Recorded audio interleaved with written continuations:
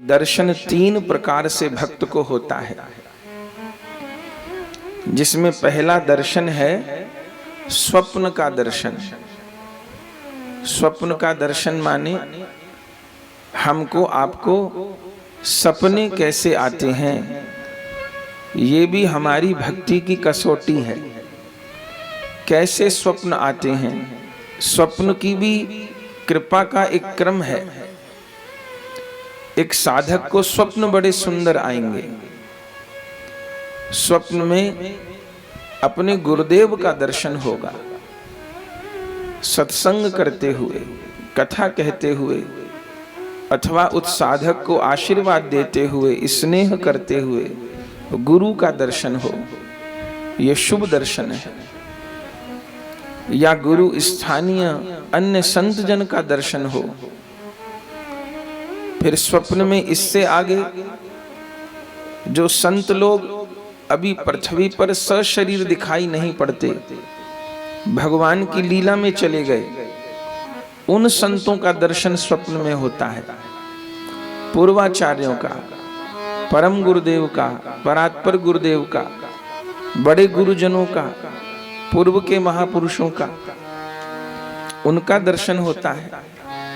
मीराबाई जी का, सूरदास जी का, कबीरदास जी का, तुलसीदास जी का, इन महापुरुषों का दर्शन होता है। फिर और उन्नत अवस्था होती है तो अपने यहाँ षड गोस्वामी पाद का, श्री रूप सनातन गोस्वामी जी का, श्री गोपाल भट्ट गोस्वामी जी का, आचार्यों का दर्शन होता है स्वप्न में। और आगे दर्शन का क्रम बढ़ता है तो फिर नित्यानंद प्रभु जी का दर्शन होता है, और फिर युगल किशोर का दर्शन होता है, स्वयं गौर हरि का दर्शन होता है। ये स्वप्न के दर्शन का क्रम है।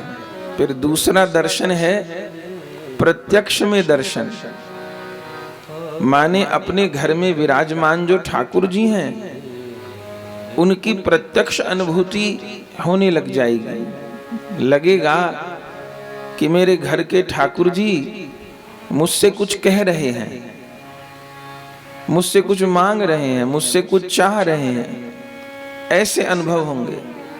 तो एक मूरत का दर्शन है, एक सूरत का दर्शन है। प्रेमी को मूरत का तो सबको दर्शन होता है, पर प्रेमी को उस मूरत के पीछे ठाकुर जी की सूरत का भी दर्शन हो जाता है। इसको प्रत्यक्ष दर्शन कहते हैं।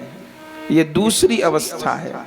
पहली अवस्था स्वप्न में दर्शन है प्रेमियों की, साधारण मानव की नहीं। पहली अवस्था है स्वप्न में दर्शन, दूसरी अवस्था है प्रत्यक्ष में दर्शन, और तीसरी और अंतिम अवस्था है सर्वत्र दर्शन।